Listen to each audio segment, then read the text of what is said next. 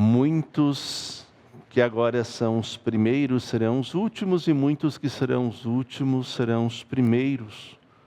Conclui este Evangelho de São Mateus na liturgia de hoje. Queridos irmãos e irmãs, esse versículo conclusivo do texto de hoje me faz lembrar, nessa semana das vocações que rezamos pelos consagrados e consagradas, uma grande santa, Madre Teresa de Calcutá. Madre Teresa dizia assim: eu quero ocupar sempre o último lugar, porque o último lugar ninguém briga por ele. É garantido, está reservado. Quem briga pelos primeiros lugares corre o risco de ficar sem lugar algum. Mas quem não se importa e quem ocupa os últimos lugares tem o seu lugar garantido. Sabe a Madre Teresa de Calcutá? É bem isso que o Evangelho quer nos ensinar, Jesus quer nos ensinar. No mundo, nós somos peregrinos, passageiros. Aqui nada é eterno. Interessante, porque tudo que nós fazemos aqui como cristãos deve produzir um fruto de eternidade, para a vida eterna. Mas nós não somos do mundo daqui, somos passageiros. E como passageiros, não podemos então nos apegar a tantas coisas e priorizá-las a ponto de ocuparem o primeiro lugar. Por isso, irmãos e irmãs, o Evangelho de hoje é uma continuidade do Evangelho de ontem, daquele episódio de um jovem rico que disse para Jesus ter observado todos os mandamentos, para que ele pudesse então entrar no reino dos céus, ter a vida eterna.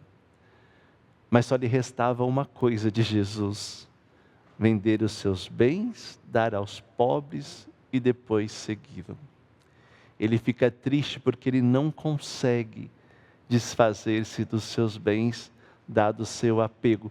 Nos faz lembrar a primeira leitura de hoje, quando Ezequiel vai profetizar, ao rei de Tiro, ao príncipe de Tiro, da cidade de Tiro, aquele que se sentia um Deus e não um homem, porque ao acumular, produzir tantas riquezas, ser um excelente administrador, se tornou um homem orgulhoso e soberbo, fechado em si mesmo, se sentiu um todo-poderoso e acabou se transformando num opressor. Esse é o problema das riquezas. Nós vivemos num mundo capitalista, uma mentalidade capitalista. O ser se confunde muitas vezes com o ter. Eu dizia no início da celebração, irmãos e irmãs, que nós somos cooperadores com Jesus na sua criação. Nós temos essa responsabilidade de administrar os bens criados por Deus. Por isso, falar da riqueza é um tema muito delicado, porque, ao mesmo tempo, nós somos chamados a administrar essas coisas, a possuir essas coisas. Mas eu faço uma grande diferença entre uma riqueza participativa, uma riqueza que eu dizia assim, coparticipada, e uma riqueza egoísta, acumulativa. Infelizmente, a mentalidade capitalista leva o homem a pensar no lucro, e com isso uma insatisfação enorme, porque ele nunca é satisfeito com aquilo que possui. Então ele tem a necessidade de acumular, até o desnecessário que ele não precisa. Esse tipo de riqueza é contra o Evangelho. Eu não preciso possuir aquilo que eu não preciso, que às vezes vai faltar ao outro. Mas existe, como eu digo, uma riqueza, que ela é coparticipada. Eu, por exemplo, venho de uma cidadezinha pequenininha, Cajubi, e eu trabalhei numa grande empresa, e lá nós éramos, no total, mais de 3.000 funcionários. Graças a esse meu patrão, que já faleceu, está no céu, muitas pessoas tinham emprego, o sustento, uma profissão. Podiam ali, dignamente, justamente, ter os seus meios de sobrevivência, de condição de vida. Essa é uma riqueza que eu digo e chamo de coparticipada. Gera empregos, produz benefícios para tantas outras pessoas. Imaginem vocês a roupa que cobre a nudez do nosso corpo. Quantas mãos, quantos trabalhos, quantas famílias são sustentadas pelo algodão que foi cultivado no campo e transformado em tecido. É uma riqueza na indústria, no campo, mas que é coparticipada porque gera sustentabilidade para muitas pessoas. Eu sou o dono do pé de algodão, eu sou o dono da fábrica de tecido, mas aquilo que eu produzo gera dignidade, condições de vida, trabalho, e o trabalho é importante para todo mundo, porque trabalhando o homem se dignifica, diz a doutrina social da igreja, quer dizer, coopera com a criação de Deus, nos contribui, de modo que no frio é tão bom ter uma roupa que nos proteja e nos permite dormir bem, cuidar do nosso corpo para não adoecer. Tudo isso é fruto do trabalho do homem, de uma riqueza às vezes coparticipada.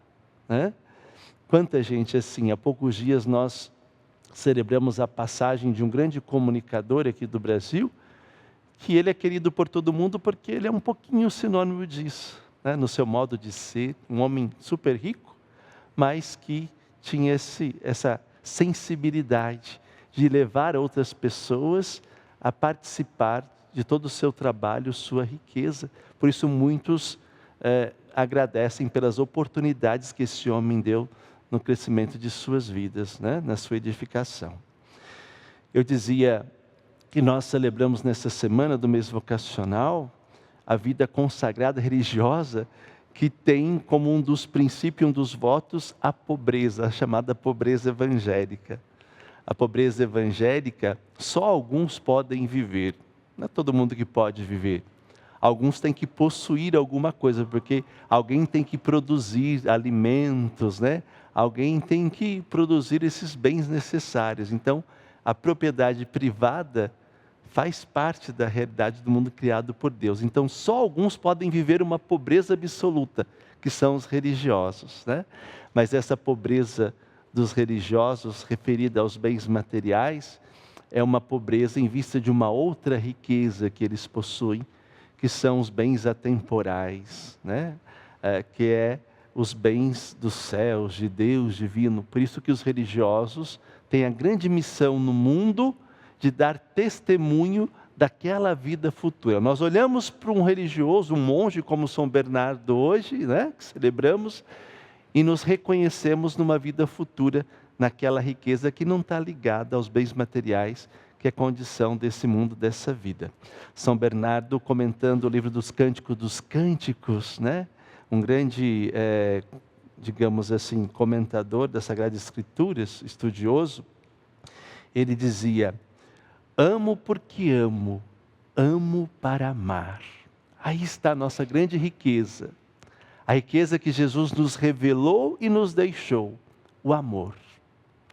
No mundo onde nós confundimos tudo com o possuir, o ter, a maior riqueza está no âmbito existencial, na capacidade de amar. Não está em tanto prover coisas. Vocês já perceberam isso?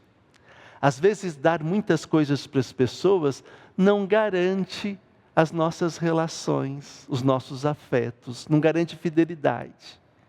Nem sempre um homem que pode dar muitas coisas para sua mulher lhe garantirá a fidelidade. Porque a verdadeira realização e riqueza nossa não está no possuir coisas, mas estar sobretudo na presença que podemos oferecer às pessoas com o nosso amor, nossa presença amorosa, digamos assim.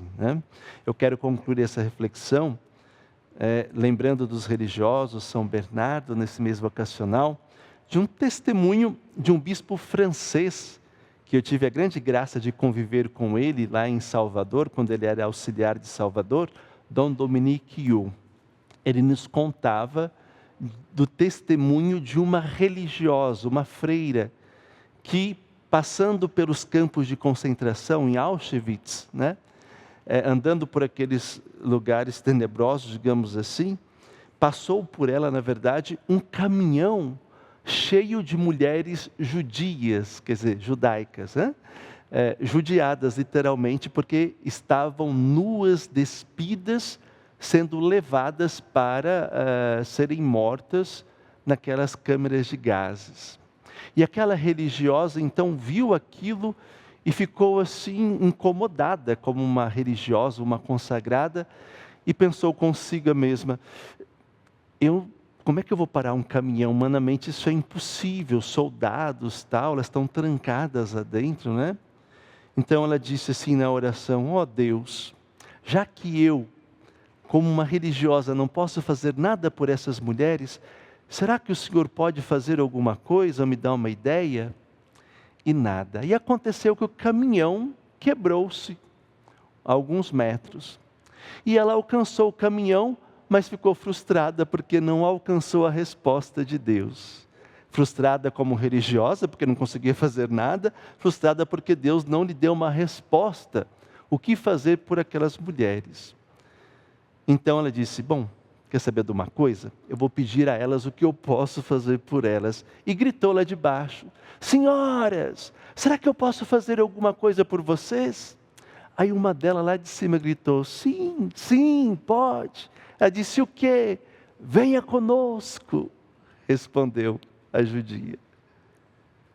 Pois bem, aquela religiosa consagrada despiu-se do seu hábito, ficou nua como aquelas mulheres, subiu naquele caminhão e foi morrer com aquelas judias, né, na câmara de gás. Humanamente falando, ela não podia fazer nada. Mas eu digo uma coisa para vocês: nunca Jesus Cristo se tornou tão visível e tão presente, o crucificado, entre aquelas mulheres do que através daquela religiosa. Era praticamente Jesus que subia a cruz, quando aquela mulher subia naquele caminhão para morrer, não na cruz agora, mas numa câmara de gás junto com aquelas mulheres. Nunca elas se sentiram tão amadas. Certamente não teve solidão ali.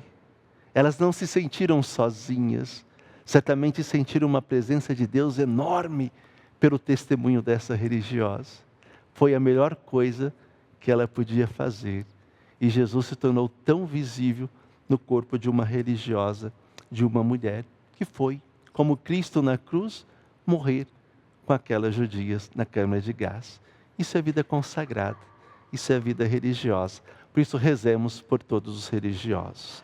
Louvado seja nosso Senhor Jesus Cristo.